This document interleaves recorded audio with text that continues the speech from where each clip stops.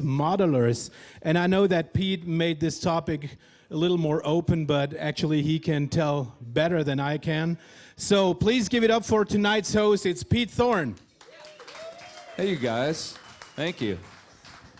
So yeah, I brought in the topic title a little bit. And first of all, I'll just say we'll try and keep it, relatively short tonight. I know everybody probably wants to get to the jam and stuff and hear some tunes. So we'll try and keep the answers reasonably short and stuff. And yeah, so basically the topic, big tube amps versus modelers / pedals through small clean amps. We've kind of moved from maybe the big amps of yore to, more, I want to say like lighter, versatile, quiet stages. That's become a thing lately. Seems like everybody wants the volume coming down and stuff. So my little intro I wrote, I just said, from the 50s until maybe 2010, tube amps ruled for guitarists, but for the last 20 years, there's been a trend towards quieter stages, lower weight, smaller rigs, coupled with an explosion of pedals. And many guitarists are getting their tones these days by running either Axe Effects, Kemper, Helix to the PA, or running pedals into like a little clean tube amp and using the pedals kind of for all their tones. And yet the vast majority of iconic, awesome electric guitar sounds were cut using a good tube amp as the primary tone generator, like maybe augmented by a few pedals, but it was always the amp at the core. So a couple examples are like Eddie Van Halen with a cranked 100-watt plexi, Brian May with an AC30 normal channel with a treble booster in the front, and that's it. Like epic guitar sounds, right? Even Jack White with silver tones, or Stevie Ray Vaughan with Fenders and Dumbles. And these are the songs that we all still hear on great, classic rock radio and stuff all the time, right? So I'm going to call up a few guests here, and we got a wide range of people here that are using all kinds of rigs, I feel like. First up, my good buddy Phil X is up here. Bon Jovi and the Drills. Killer guitar player and knows a lot about great guitar sounds. We're going to get Kieran Robertson up as well. So he plays in a band called Operation Mindcrime's Jeff Tate's band from the legendary Queensryche. He's got a really interesting guitar rig he's going to tell us about, very modern, that he's using. We got the gear man, dude. Come on up, my friend. And we got Rick Beato, great music producer. He's got a master's in jazz guitar. He's done everything from country music to rock and roll to jazz. He knows a lot about, he's got a killer studio and a million guitar amps, so he knows a little bit about guitar amps. And we're going to get up Joss Allen as well. He's from Guitar Bros Demos, and he's a Hughes and Kettner artist. And he's really familiar with the Hughes and Kettner amp line, and those guys are doing some interesting things when it comes to sort of modernizing guitar amps and stuff like that, I feel like. So he can offer some perspective on that. So first of all, you guys, tell us a little bit about like the rigs that you use on a daily basis, like just your touring rig, maybe amps like you might use in the studio all the time. What's your go-to stuff? What do you guys play through? Well, it's great when you get into a position where someone makes an amp for you. So I have the Friedman Phil X signature head, which is, I was right there in the shop when chassis was open. He had a solder iron, and I was playing an E chord over and over, and it didn't sound right until he put an Allen Gator clip over here. And then it was it, and he made a note and sent it to the builder. So that's my go-to amp. Old school. Yeah, and rock and roll. And it's just a one-channel amp. My favorite amps have always been old Marshalls. I don't even like new Marshalls. I don't think they got it right since the JCM 800, or anything near that. Yeah. I also have a 76 JMP 100-watt. Okay. And I actually blend those two heads on the road. Each goes into a 412, and then an ISO box is under the stage. But when I go play with the drills, it's generally the Friedman and a small amp, because I like the sound of both blended. So it'll be like a Supro 1606 or this new thing that I just got. It's a Greer Mini Chief. It's 3 watts all tube. And it has this charm. So you get two things that together fill all the required frequencies that give me the response and what I want to hear behind me. Awesome. Okay. So, Kieran, tell us about what you're using these days. Yeah, the way we do it is super weird. We have no amps at all on stage. We run basically, it's a laptop rig running like Logic, which then has guitar rig. So we run that out through a Focusrite to like an AB pedal. So that's your clean, your dirty, and like I'll be honest, man, I don't think it sounds as good as an amp, you know what I mean? But it's transportation and logistics, it's incredible. You know, we show up with just a laptop rig. But it sounds, you know, through the PA, it blends into the thing well, but I do miss having an amp on stage, you know. You guys are two legendary, you're playing with two legendary rock and roll singers, and you're using completely polar opposite rigs, so I think it's great we got you here. Yeah, man. Yeah, that's awesome. So. I play with a legendary rock and roll singer as well, but I use a Dr. Z Maz 18. It's a little combo, you know, Vox voiced, and that and a few pedals does the trick. But you also have, you were telling me earlier. Right. I also have a Quilter Micro Pro that I take out a lot. I play clubs. I don't play, you know, very large venues any longer. So I'm stuck in the club rut where you can't bring, you know, I have a 76 JMP 100 watt. It's the best sounding amp ever. Little 2 input. I mean, it's instant awesome. And yeah, I take it out maybe once or twice a year to a large event, and that's it with a 412. But yeah, you can't, in the clubs, you're kind of a slave to the sound man. He's in charge. It's changed. It's flipped from what it used to be. You know, he wants you in the main. So you bring a small amp, and he makes you cover it up with your pedal board bag and the drum cases. It's really ridiculous. So for you these days, it's like 18-watt tube amp, or maybe the Quilter, maybe Yeah, solid and the Quilter works great. I mean, it's a little 8-inch speaker. It's a 100-watt amp. It's actually loud as bombs if you want it to be. It's got a direct out on it. It took me a little while to have the nerve to take it to a gig because I just didn't think it would do it. Yeah. Totally does it. And I shared with Pete, I played a gig outdoors on New Year's Eve this year. It's a good outdoor gig. It's 8 below zero. And we had to do 3 one-hour shows. I didn't want it, and it got a little colder then. I think it had peaked maybe at 14 below or something. Maybe I'm just making that up. But it's, you know, there's 10,000 people there. It was really a cool thing, and I didn't want to bring a tube amp because I didn't know how it was going to react in the weather. I thought the tubes heat up, the circuit might heat up, and then condensation, and who knows what's going on. So I brought that little Quilter amp to giant, you know, audience and slayed their face. Not really. But it worked. It worked great. Sorry, that's not a very short answer.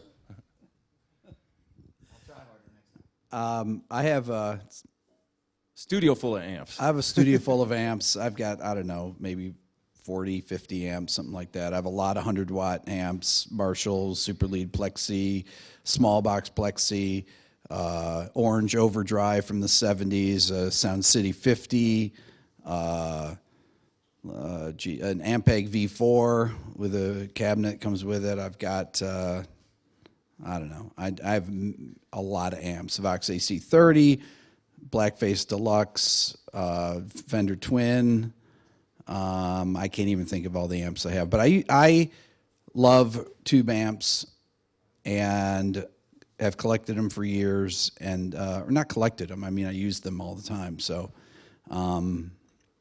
I make videos, and when I make videos about a specific artist, I like to use the type of gear that they use in the video, you know, from a particular album. You know, like if I'm doing something that, you know, Blink 182, I have a 2-channel Mesa dual rectifier, you know, or if I'm doing something on, you know, I don't know what, I've got an EVH 100-watt 3-channel, stuff like that. So I love real amps. So my main rig at the moment is a Friedman Jerry Cantrell signature amplifier head, the 100-watt one, with the matching 212 cabinet, which we just had our British summer, and for every weekend I was playing a wedding gig, just, you know, the standard session work, and I was using a 100-watt Jerry Cantrell Friedman for all of those wedding gigs. I like it. Using an aux box as well, because we have our own PA, so it was one of those things where if it was a bigger wedding gig, I could monitor and then have the aux box go direct into our PA, but it never ever got to that point. It was always the point where I could go, just the Friedman was loud enough, no miking or anything like that, and it would just be the vocals that were mic'd. And that's kind of it really. Other than a couple of pedals, it's just the Cantrell rig all the way. Okay, so Kieran, tell me, like, you're using a super modern laptop-based rig on tour, which is really interesting. Do you miss real amps though? And like, what are the qualities that you would miss? Like, I assume you're on in-ears. Yeah, And, everyone's on ears, man. So it's a complete silent stage, which is great, you know, for like especially Jeff singing, because it means he can get exactly what he wants in his ears and doesn't have any like, you know, bleed from anything apart from the drums, really. Yeah. I just, you know, the thing I miss about amps really is mostly just the sort of the touch thing. You know what I mean? Like VSTs are great, like, you know, and the amps we use in guitar rigs sound really good in the ears, but it's just that thing of, you know, walking up to the speaker, because we don't even use cabs, you know, but it sounds amazing in the ears, and out the PA, it sounds great. I mean, we had fans come up and be like, what's that guitar you're using, you know, and stuff. So the only problem we have as well is having a silent stage is, like, you know, the people like standing right there aren't getting anything because they don't get any cabs. So we actually... PA's shooting over their head. Yeah, it's right, you know, to the side of them and stuff. So we actually invested and got some front fills. So it's like two there, two there, two there. So it sounds great, man. It's really cool because it means you get control over everything. But you know, being a guy that's been brought up, like, I have a 6505 and some Marshalls for cleaning. That's what I love, you know. And then moving to just completely digital, it's a strange thing, but it's so much easier, definitely carrying stuff. You know what I mean? We're a very happy crew.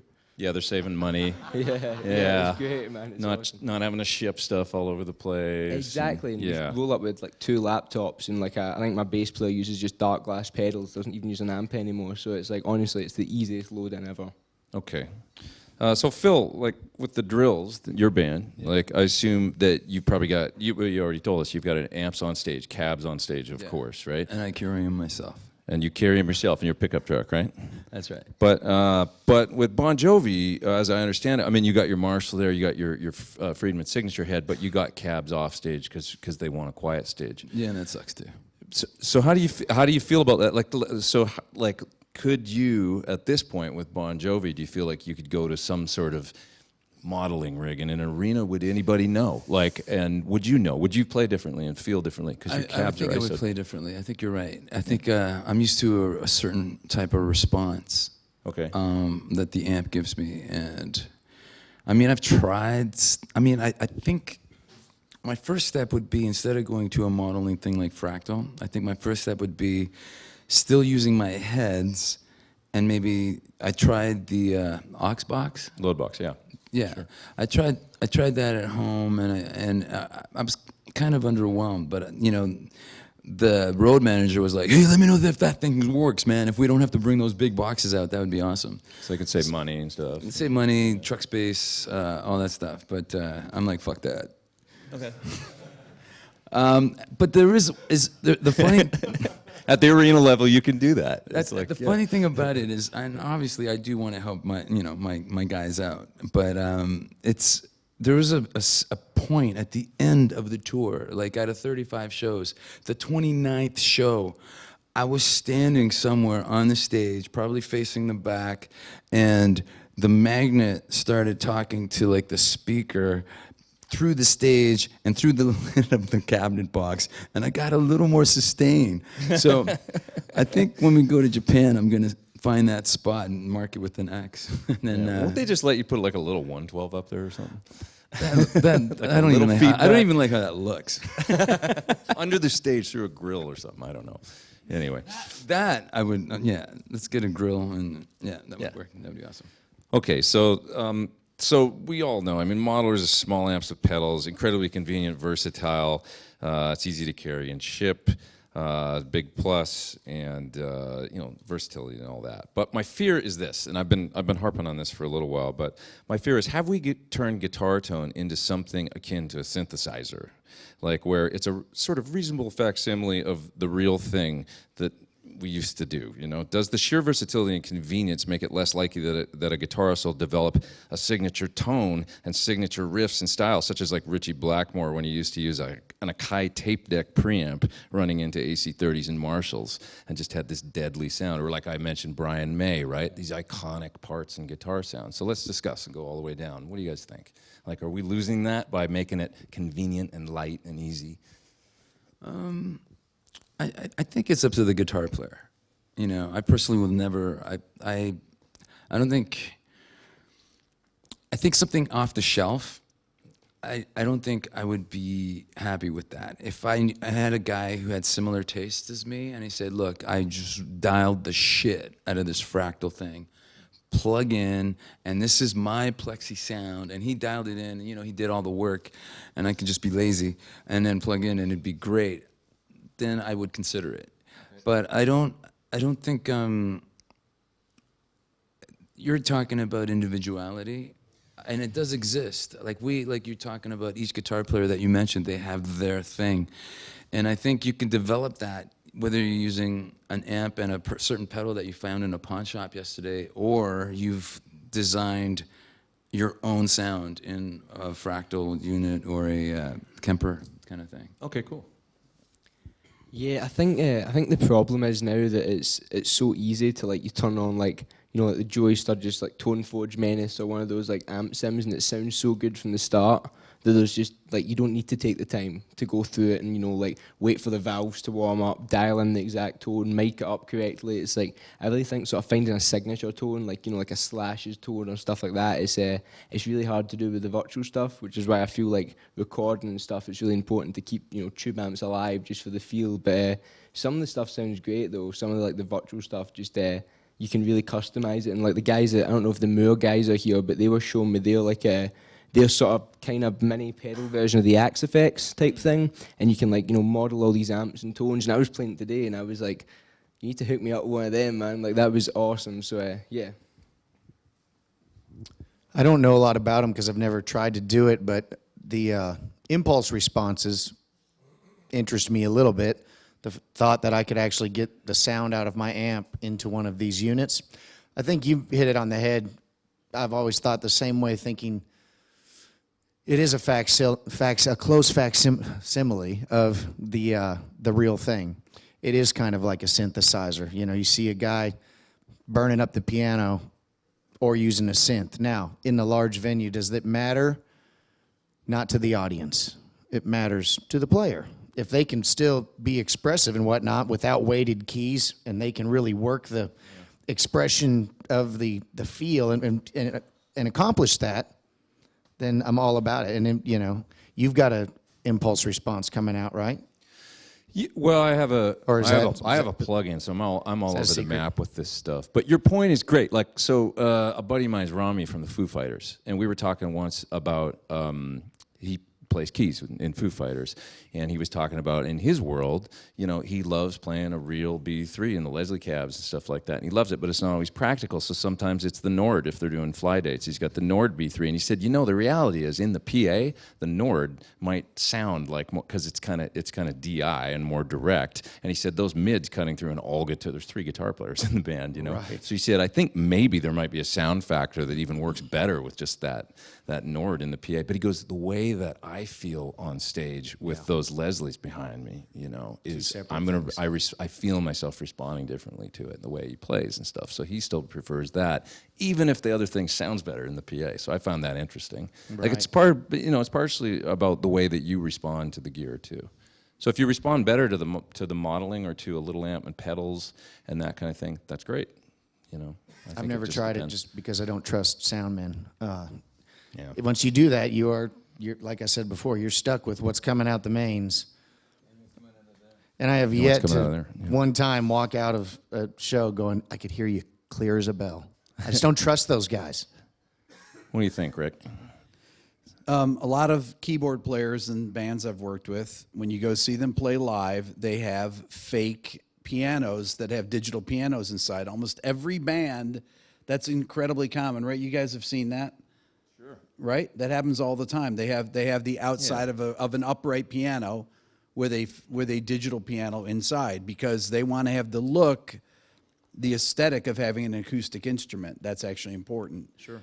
And even huge artists that play piano will do these things. Well, I thought a lot about this, and I have no problem with modeling things. I've used them plenty of times. I have an Axe Effects. I've owned a Kemper. I use plugins, some that are really good sounding. But I always think about this idea about Jimi Hendrix standing in front of a Marshall Stack or Eric Clapton and putting their arm up like that. And then I picture some guy in 2018 with a laptop on top of their Axe Effects going like this. And then I'm like, and trying to get feedback out of it, it just kind of is, that's kind of why there's no guitar bands anymore, maybe. I just thought of this one thing to follow that. Hendrix and all of those guys, they were working with much inferior PA systems. It wasn't only loud because that was how they got their tone. It was part of the concert was those amps were responsible for throwing out a certain amount of sound. Well, didn't you mention the other day the original Tweed amps with the controls facing backwards were for a reason?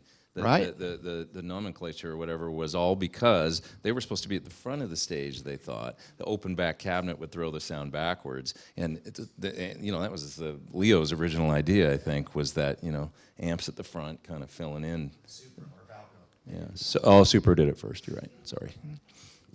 I mean, for me, the benefit of everything that we do anyway is the possibility of doing a YouTube video and playing a specific piece of gear and then taking that piece of gear to a live environment as well. So I don't want to be the Hughes and Kettner bitch boy and be like, oh, Hughes and Kettner straight away. But I got to do a jam video today with Simon McBride. And I've been using the Black Spirit a lot, obviously, over the past couple of months working with Hughes and Kettner. And I know what Simon's playing sounds like through a full 120 watt Hughes and Kettner tri-amp and then going straight into a Black Spirit, and it sounded like Simon McBride's playing, So for me, it's exactly the same as what Phil said. It's the feel and the vibe of the player that can create that sound for me, and it's exactly the same as if I was playing it when I'm playing my Friedman live, or I'm going home and playing it through a Universal Audio aux box, and it still works for me. There's still that squishiness and that everything that I want in there because it's my hands, it's my playing. And that's what, for me, is okay at the moment, Yeah, well, they're definitely doing some forward-thinking things, I think. They're a company that's thinking about amps and moving forward and how they can make them more versatile and yet still be, with the tone as the primary importance. Yeah, exactly. And just thinking about all of the different things that, taking everything into consideration anyway, like with the whole power amp stage thing. And well, that's the thing, when you crank one of those, like even if it's a JCM 800, it's on full and you play it and it's got that whole sag thing, the whole outdoor stage is going mental, it's all squishy and that natural compression and it feels good under the strings and all that sort of stuff. They're trying to take everything into consideration with that, and having the sag control and everything like that allows you to have it at a much lower volume but still be really excited about playing it. And that's what it is for me, it's that feel thing. So just a quick aside here. Can somebody help me out with the computer? Because it closed and I just got the password going here. So it's like I got to get somebody from the password from the team here to open it back up again for me. To Rick, you mentioned Jimi Hendrix, and that's a nice segue into. I wrote Jimi Hendrix played the amps as much as the guitars. The sheer volume. Here we go. Thank you. Sheer volume was a part. Oh, that's my glass of vino. Wow, that was quick, Phil. Good save. So the amps were, the sheer volume was a part of the music and creativity, as it made the guitar react a certain way, right? And it wouldn't have done that at a low volume, It was unruly and dangerous and exciting. So, I can always picture Jimmy like walking into what if he was alive now and just getting started and he walked into the club and the sound guy goes, too loud, you got to turn it down up there. And he went, oh, okay. And then he had, because that would have sucked, right?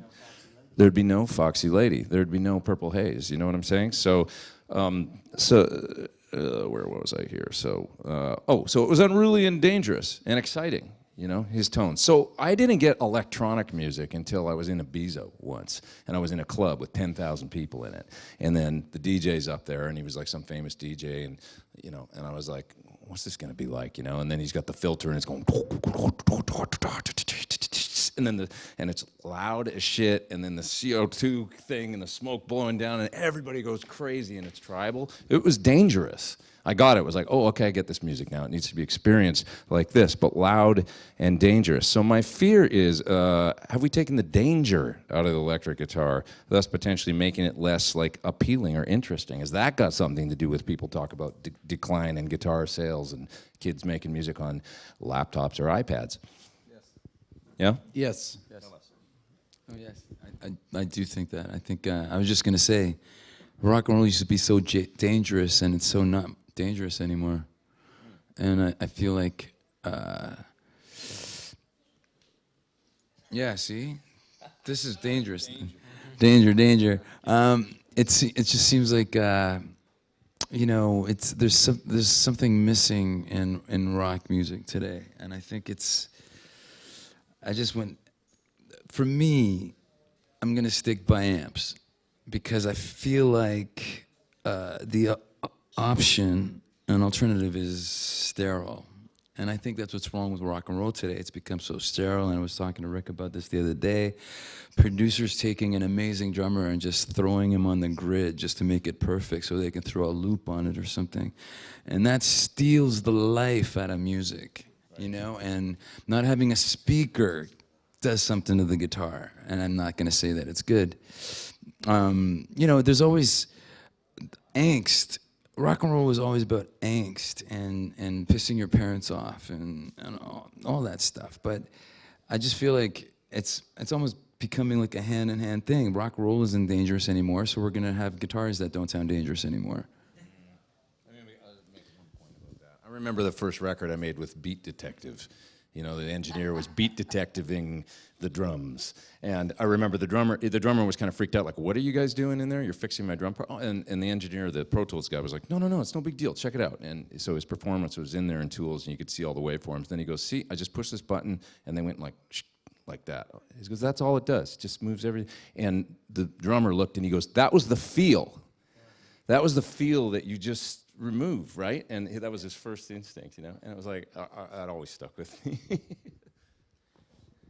Yeah, I feel like it's not even just guitar playing. I feel like just rock and roll in general. There's not really many real rock stars left. I feel like everybody's very just, you know, want to be safe, and it's turned into more of like I mean, it's always been a business, but it's turned into, I want to be a rock star and get into the rock star business rather than I want to be a rock star because I want to be a rock star. And like I feel really strongly that's what I like about guys like yourself, Phil, where it's like you see you and you look like a rock star. You know you're a rock star. I'm not just trying to blow smoke up your ass, but you know what I mean. It's like you look like a rock star too. Dude. I just look like one of the fucking Lost Boys or something. But it's one of those.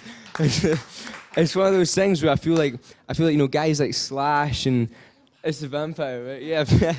I feel like guys like Slash and, you know, like Jimmy Page and stuff, you see those guys on stage and it's like, they're more than just guys on stage playing guitar. It's like they're, you know, guitar gods, rock gods, and same thing with going to the whole virtual amps and stuff. It's very hard to be a guitar god with your laptop, you know what I mean? So, yeah, I feel we're losing that. I really feel we are.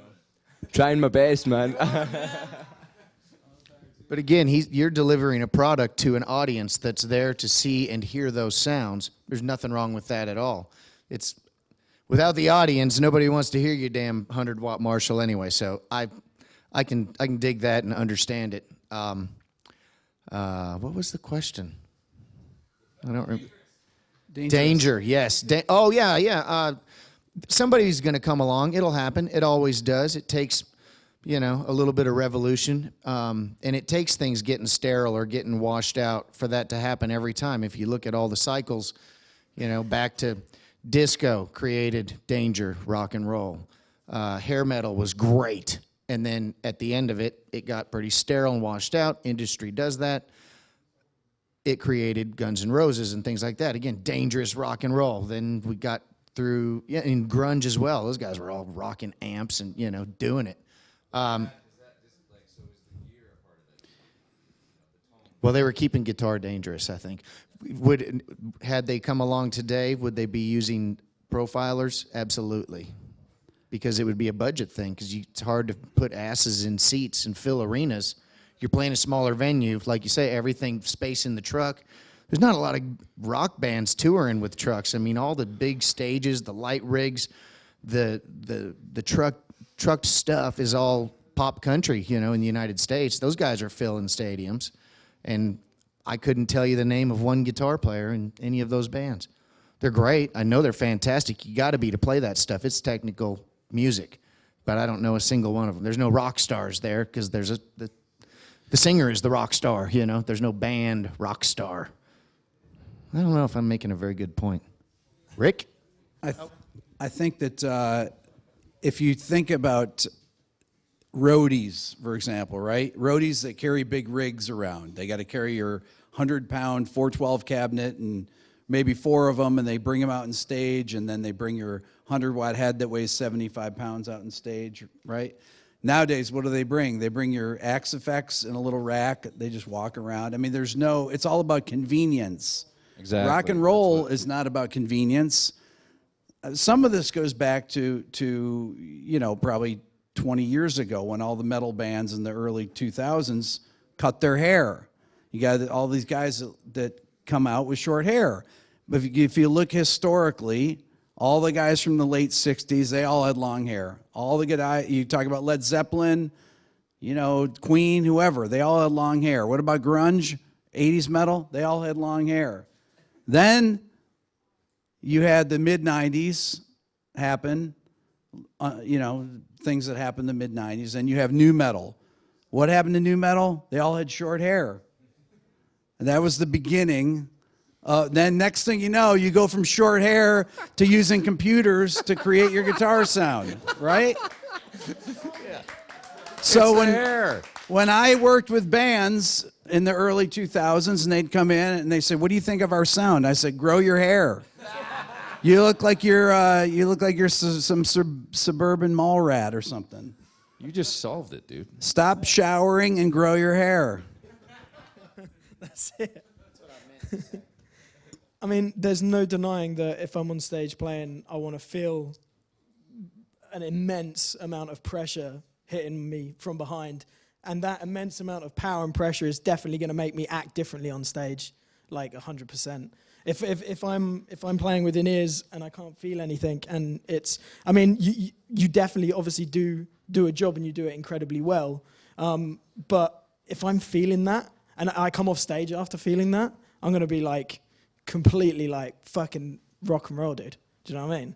Whereas if I can't feel it or any of that sort of vibe, I'm gonna come off stage going like, if you're playing to the amount of size of people that you're playing to, you're gonna be like, yeah, that was sick, that was a good show and everything. But if I can experience that power every night, then I'm gonna come off. I'm gonna be like, you're wired. gonna play differently on stage. Exactly. And that's my biggest problem with the in-ear thing and stuff. It does affect the way that you play. For in-ears and no cabs on stage actually makes me play differently, and that's a big consideration. I think it needs to be in consideration because the primary thing everybody's there for is the damn music. So when the convenience, you mentioned, Rick, becomes the biggest concern and not how good the show is, I think we've lost our way a little bit. So I'm not an advocate of it doesn't have to be bleeding loud. I actually don't really like that anymore. But I always like when a band settles in around the drums. The drums is an acoustic instrument. You can't really change the volume of it. The guy plays or the girl plays the way they play. That's it. They play like that. Guitar, can it just come up to that level, and bass come up to that level, and then the PA should fill in around that, I think. And if your guitar amp is at the same level as the snare drum, you can get some feedback, and you can feel it a little bit, and it's nice. Then you can perform and play, but I digress. I just want to say that we've been jamming here every night with 20-watt tube amps. That's true. And they've been doing a great job, and I commend Hughes and Kettner. I was like, I'm a guy that was completely blown away by everything I plugged into every time. It delivered. So I didn't use an overdrive or anything last night, and I had the time of my life because there was a speaker behind me blowing my pant leg, Yeah, and you've even had those what was your amp, the robot amp and stuff. It was a evil robot. That was a low power amp. You like? It was 30 watts. Yeah, so you're not just all about 100 watts and stuff. I used the Marshall too. Right. Oh, I see.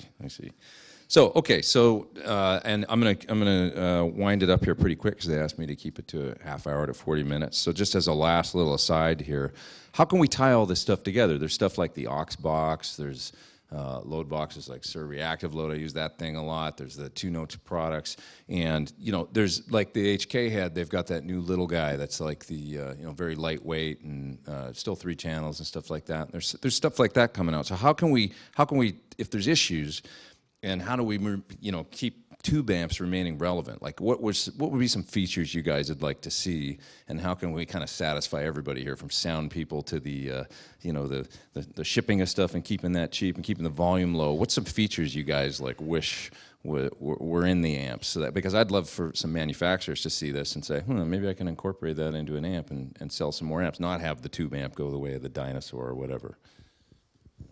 I'm surprised that you asked that question. I think at the end of the day, it's each to his own.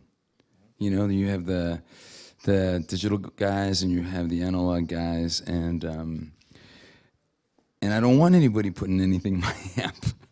I think it's simple, and I'm a guy that believes that the point from A to B is the straighter the line, the simpler it is. There's nothing in there, is the best it's going to be. I don't even like multi-channel amps because I always think it's a compromise to the transformer and everything. So I'm not the guy to answer this. You know, I feel like something like the Kemper is pretty close to what you're going to get between a compromise for, like, you know, virtual amps and real amps. You know, I'd like to see, you know, maybe Kempers with some microtubes or something. That might be really cool. But I feel like if you're not using a cab, you know, maybe get some, you know, like impulse responses or something in the amp. But it's really hard, man. People try and, you know, I've heard some stuff and it's like, it does sound great. But, you know, I know in my studio when I get like my 6505 mic'd up like a 57, it's like, I just can't get that from like a virtual amp. And they sound great, but it's just, I think the Kemper's probably, unless a company out here has something better, the Kemper, I think that's probably the closest thing that we're going to get. I think to keep up with, you know, the profiling amps and stuff to some of the builders, a good example is Dr. Z. He's, I'm not his boy or anything, but he's got lighter cabinets now. His combos are in lighter weight cabinets, substantially lighter. I mean, it's probably 6 pounds, but it feels 15 pounds lighter. If I put my amp that I've had for almost 20 years now next to the same exact amp, brand new, the difference in weight is incredible. And the sustain is the same. So he spent a lot of time researching to make lightweight cabinets. They got to be pine. I don't know what he's making them out of, to be honest. But now he still does the regular speakers. The Neo speakers and the full range speakers, I'm a believer now because of the Quilter. You know, it took that, it's an 8-inch speaker. And I've tried their 10-inch and their 12-inch, and they're all great, but you get the most low end out of the 8-inch speaker. I don't know why. I have no idea. But it's a fat, loud amp, and you can get the feel out of it. You can get the sponginess. It works. I just played the new Headrush, what's that called? The smaller version. And a friend of mine recommended a certain speaker. It was a Yamaha powered floor wedge. He said, this is the thing everyone that uses those use. Because I didn't get it until then. And I plugged it in, and I played the AC30, and it was spongy, and it felt, I mean, it was coming back at me, and it felt like an amp. And I played the Marshall, and it, you know, so I guess the cabinet has a lot to do with it. Ears, I'm not great with. They make me dizzy. I have to use them now, but I mean, I just don't, I haven't gotten it all together yet. But again, I play in clubs, so I can play a small combo amp for the rest of my life and be perfectly happy. I don't have to deal with any of it.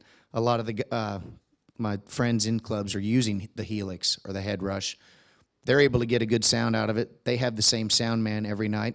I don't.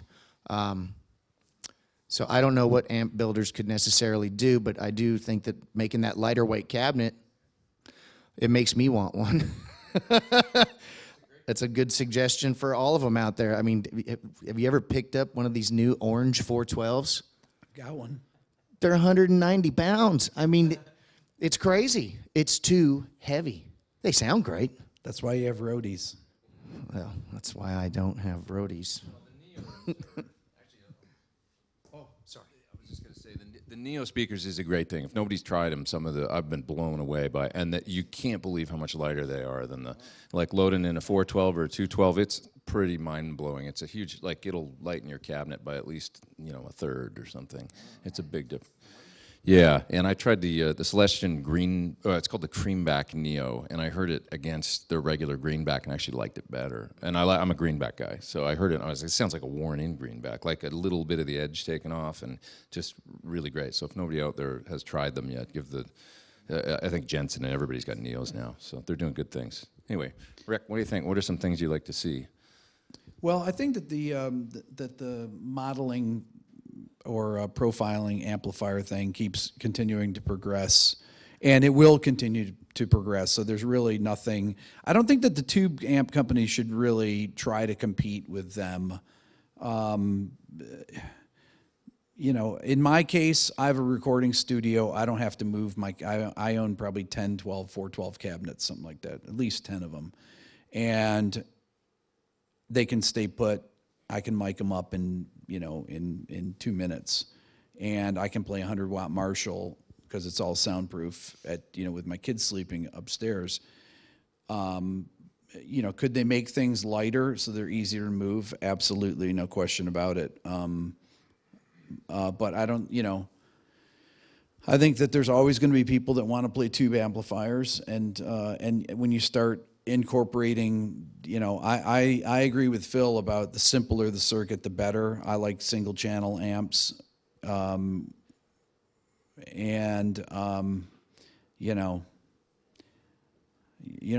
gonna there will be a migration towards the profiling thing. I mean, it's already happened, and that's not going to stop. But people will always like the aesthetic of playing a real amp, I think. So I'm not sure that there's, you can make the cabinets lighter. Definitely, that would definitely help. Well, what if it's lighter and just the ability to really get the same sound at a lower volume, Because those would be two things. Like, I've had great success with people that wanted a completely bare stage and said, look, could we just have what if we really work together to have it real controlled, and I can still get a little bit of feedback? And if you kind of approach it the right way, I've had really good response from okay, we'll give it a try. And then if you really kind of work with them on it, it's worked out, and then I'm able to get some feedback and I'm happy. But I got an amp with a great master volume. So I think having, lighter weight and really killer tone, but at a very controlled volume, there's nothing wrong with that. I did a shootout with my AC30 and my assistant's Morgan AC20, which is a good amp. And the Morgan has got a power scaling knob on it, but my amp killed it. And people that listened to it, listened to the, us playing through it, and everybody said, oh man. Now, I didn't realize how much it would kill it until I actually heard them back to back. But the Morgan's much smaller. I mean, the AC30 is unbelievably loud to get a good tone on it. It's. I don't want to be fragile, and you can't move them around. They're not good for touring, but they sound incredible. But you start building them smaller, and they have a smaller sound. It seems like. I mean, I don't know. And the Morgan is a good amp, but when you hear them back to back, I mean, everybody that I didn't even make a judgment, and I just people put it out there, and man, that AC30 killed it.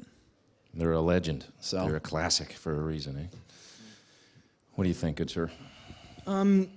For me, I can't really think of anything in terms of addition-wise. I mean, no, in terms of what they could add. Tell me this, though, because you are really, I don't want to interrupt you, but you are really familiar with the Hughes and Kettner line. They've done some cool things, I think. So maybe you can fill us in on some of for folks that don't know about some of those features.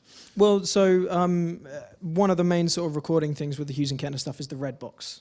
So you can go direct out of that, and it's got a cab emulation in there, speaker emulation. So the new Black Spirit, I don't think there's one up here, but the new Black Spirit has got a choice of 8 different cabs that you can choose from this time.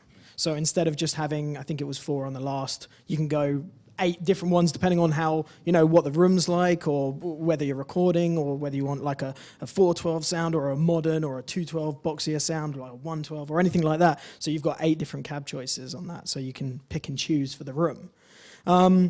But for me, it's more of my own addition. So like with the universal, the aux box, it's got like a G12 412 with G12s in it, right? But it doesn't have like a vintage 31 on there.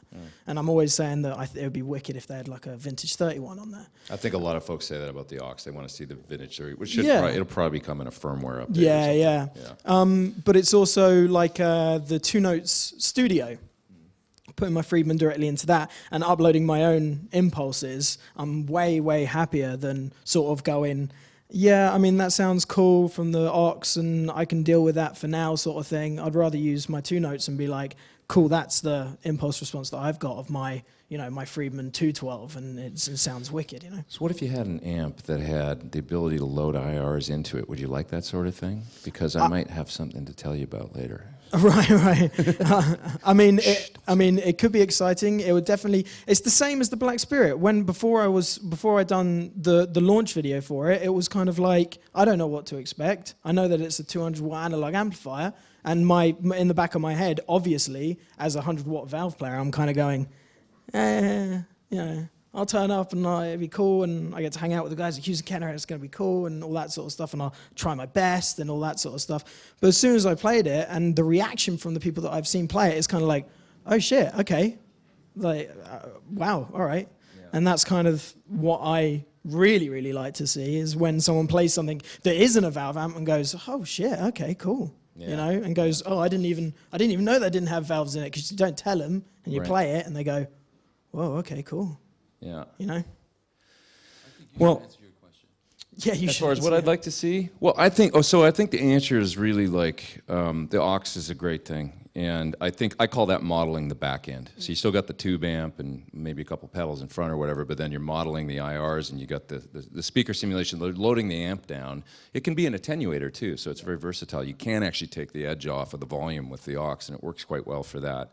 And then you can send a killer feed to front of house with the modeled speakers and stuff like that. And I've done a couple tours with, actually more than a couple tours, using IRs or speaker simulation to front of house. And even using Palmers to front of house, or like an analog speaker sim, is it kind of an amazing thing, because it might not sound that good in in-ears, or when you hear it like record in a PA, it's amazing sounding, because what happens is there's no, you don't have the drum kit bleeding into the guitar amp mic. And I always say, you have a great gig and you walk off stage and people are like, we couldn't hear you, and you look over the amp and the mic's dangling, like, somebody kicked it over. And so all that goes out the window, all the bleed, and, what you get is this, it's totally consistent. And, every tour I've ever done, and with some great, like, two tours I've done in France with killer front of house engineers in arenas, and when they heard it, they'd mic the cab, and then they'd switch. I was using Two Notes, actually, with my own IR loaded that I'd made in my own studio. And there was no when you hear it in a big line arena, they'd A/B, and just the engineer would be like, this is amazing. Both tours I'd done, they'd never done it before, and they've been like, it just sounds like the guitar is just right in your face. And so it works really, really well, and I call that modeling the back end. I think it's a good thing. I still like having a cab on stage. It doesn't need to be that loud, but a little bit, like I say, you could do like a 112 under the grill. Yeah. You might, maybe. But do you think the Palmer that you were using do you prefer it over the aux? So I was using, I wasn't using a Palmer, actually. I did one tour with a Palmer. Way back in 2006, I did a tour with Palmers. I didn't like the sound of my in-ears as much as a mic on the cab, but the engineer said, come out front. And I went out front and listened in the house, and it sounded way better in the PA. And I was like, oh, that's interesting. And so I went with it, because they were like, we got to try this. But anyway, I think that moving forward, it really is a combination of, what you have to do, I think, is take into consideration all these folks' concerns, their business concerns, the money, and less volume on stage. When I say the money, I mean like less, shipping cost for sending amps. I know Metallica moved to Axe-Effects because, they used them down in Antarctica for that gig they did down there, and then they went, wait a minute, like, we can save how much, 40 grand every time we're going to send amps overseas or whatever. We're going to do this. So they went to Axe-Effects for that reason, and they sound good. I'm not like, I've used them as well, and I think those guys make great products. So I think what the thing is the versatility, the lightweight, maybe a little bit lower volume, keeping the feel, though, and keeping rock and roll dangerous is what I'm concerned about. I think if we can do all that, then it's a win-win for everybody, and I totally think it's possible. I just think it's a little bit of innovation, and, kudos to Hughes and Kettner. I feel like the Sir guys are working with me on amps and stuff, that we're trying to move forward and keep tube amps and the feel. This thing you don't want to lose. We're trying to keep that keep that and make it, just keep it relevant, move it into the future with some great modern features. So I just don't want rock and roll to get safe. That's my only concern. So anyway, thanks you guys. This was awesome. Let's thanks you for all your great commentary, and thanks for the folks that were watching online. Let's get on some live music. Tonight's, is it Classic Rock Night? Is that what's going on? Okay, tonight's Classic Rock Night. So there's going to be some good tunes coming up, and GuitCon.